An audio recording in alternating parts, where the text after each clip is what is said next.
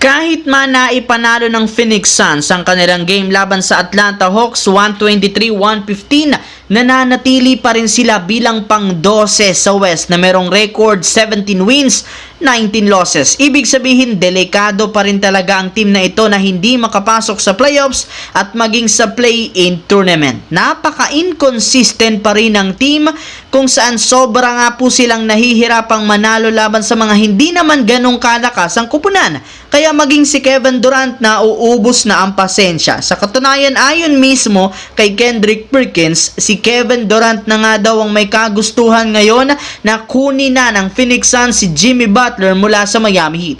Kung sakali man nga pong makuha nila ito sa isang trade, hindi na nga po magiging problema pa sa Suns ang magiging future ni Durant sa team dahil inaasahan na kukuha siya ng contract extension. Sa madaling salita, kailangang magseryoso ng Phoenix Suns para makuha si Jimmy Butler.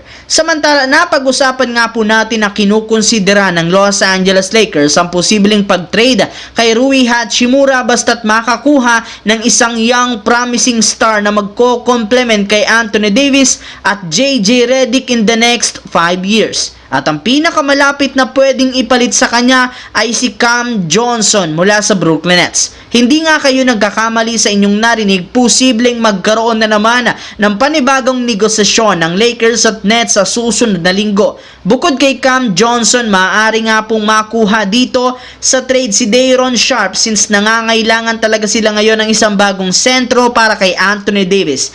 As of now, sina Rui Hachimura, Gabe Vincent, Jalen Hood-Schifino at isang future first round pick ang plano nilang i-offer sa Brooklyn Nets.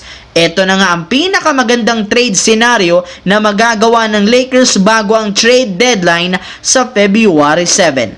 Sa kabilang banda, dahil nga sa nangyayari ngayon sa lugar ng Los Angeles, tuluyan na nga pong pinospone ng NBA ang laro ng Lakers at Charlotte Hornets at may posibilidad pa na hindi rin matuloy o ma-postpone rin ang mga susunod pa nilang laro. Halos libu-libong tao nga po ang naapektuhan ng ganitong klaseng sakuna at maging ang ilang mga miyembro ng Lakers at Clippers na apektuhan katulad ni Coach JJ Redick na nasunugan nga po ng bahay at si Kawhi Leonard na mas piniling umalis muna sa Clippers kaya siguraduhin syempre ang ligtas ang kanyang pamilya. Maliban sa kanila, may ilang mga sikat na pangalan nga po sa NBA ang naapektuhan kagaya na lamang ni Chris Paul ng San Antonio Spurs. Ayon sa balita at interview nito, dahil nga sa nangyari sa Los Angeles, hindi nga siya nakatulog kagabi sa sobrang pag-aalala sa kanyang pamilya na nakatira doon. Hindi pa rin naman nga po niya nakikita ang mga ito simula nang mag-umpisa ang nasabing trahedya dahil as of now, kagagaling pa lang nila sa 2-game